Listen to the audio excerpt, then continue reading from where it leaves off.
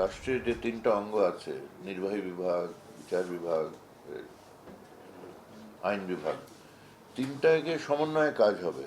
এগুলো নিয়ে কোনো বিতর্কের অবকাশ নেই এবং এটা মানে এটাই সবাই আশা করে এবং এটাই হয়ে থাকে।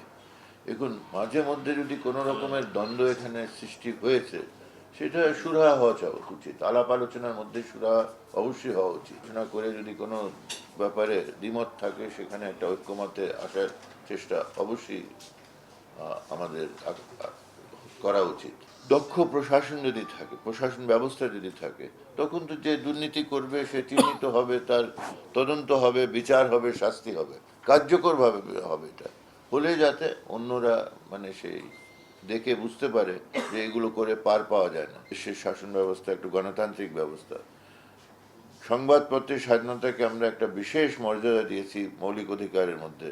আপনাদের এখানে যে উপস্থিতি, এবং আমি এখনো মনে করি পত্রপত্রিকারা অনেকটা তাদের দায়িত্ব পালন করছে, অনেক বাধা বিপত্তি হুমকির মোকাবেলা করেও। তো এটা আমাদের মানে একটা আশার আলো এখানেই দেখি। আরও একটি জিনিস যেটাকে আমরা এখনো খুব কাজে লাগাইনি, লাগানো উচিত, আরটিআই, রাইট টু ইনফরমেশন। একটা নতুন আইন হয়েছে যেখানে আপনি একদম লিখিত আকারে দাবি করতে পারেন যে এই তথ্যগুলো আমাদেরকে দাও। তো এখানে এই আইনটা বোঝা দরকার। এই আইনটাকে আরও আমরা কাজে লাগাতে পারলে অনেক তথ্য বার করতে পারবো। আর তথ্য পেলে মালিকরা তখন সেই তথ্য ভিত্তিক অভিযোগ করলে কাজ মানে তার প্রতিকার আদায় করা আরও সম্ভব হবে।